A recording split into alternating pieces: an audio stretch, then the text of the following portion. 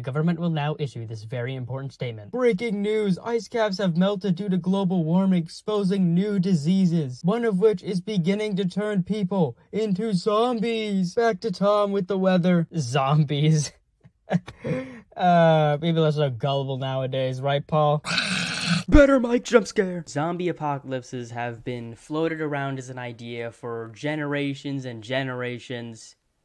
Maybe a bit too many generations. And everyone wants to know, when shit hits the fan, what are you gonna do to survive? And in the spirit of October, I will be talking about how I will survive. But before I talk about anything, I need to say this. Gold is completely useless. F tier, no, Z tier, Z minus tier. People say it's like, oh, it keeps its value for trade. No, it doesn't. No one wants to keep a heavy gold block that's like shiny and give away your location. At that point, you might as well just have like a 90s neon sign. Hey guys, I got a real tasty pancreas. But with that gold thing out of the way, first you're gonna need a team, okay? You're gonna need a team. You don't want your family or friends. You want to be a stone-faced killer. If one of your teammates gets bitten and you have to kill them before they turn into a zombie, you can't do that with a family member or a friend. You need to be ready at the drop of the hat to kill someone.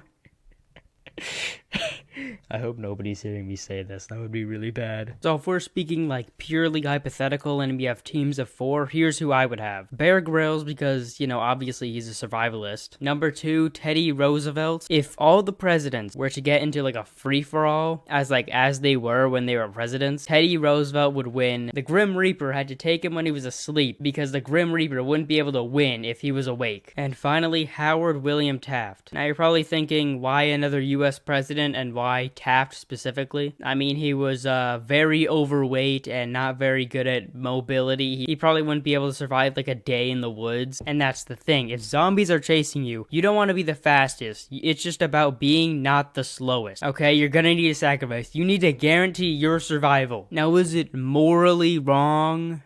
Yes, but this is about this is about survival. You would do the same thing. You would do the same thing. This is about survival. You click on it to see how to survive. Not to make friends, okay?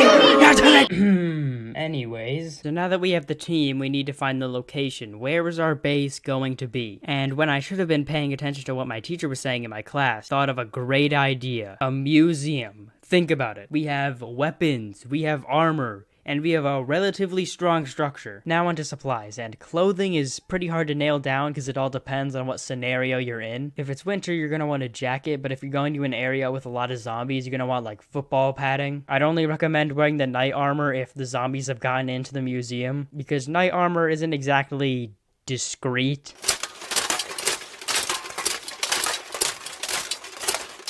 If the virus is airborne, you're probably going to want like a hazmat suit and a gas mask. Some leather boots would be pretty good, so that way if there's any ankle-biting, crawling zombies, you can just like, ugh! You're also going to want a backpack for storage. But weapons.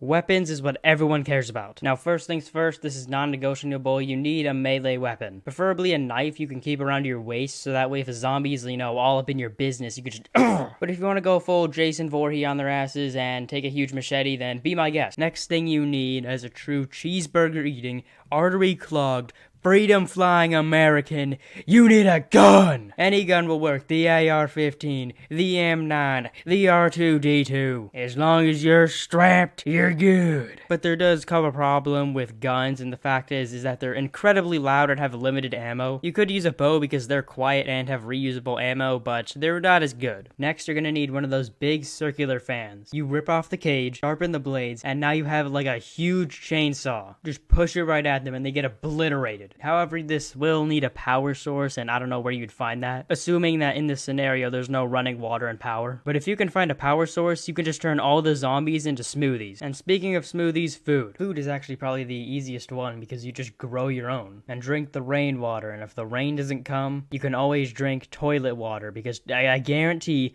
nobody else is getting the toilet water, okay? 2 steps ahead. But that's all I have to say about that. Sorry that this video took like 8 millennia to come out. So see you next time, and you won't find the bodies.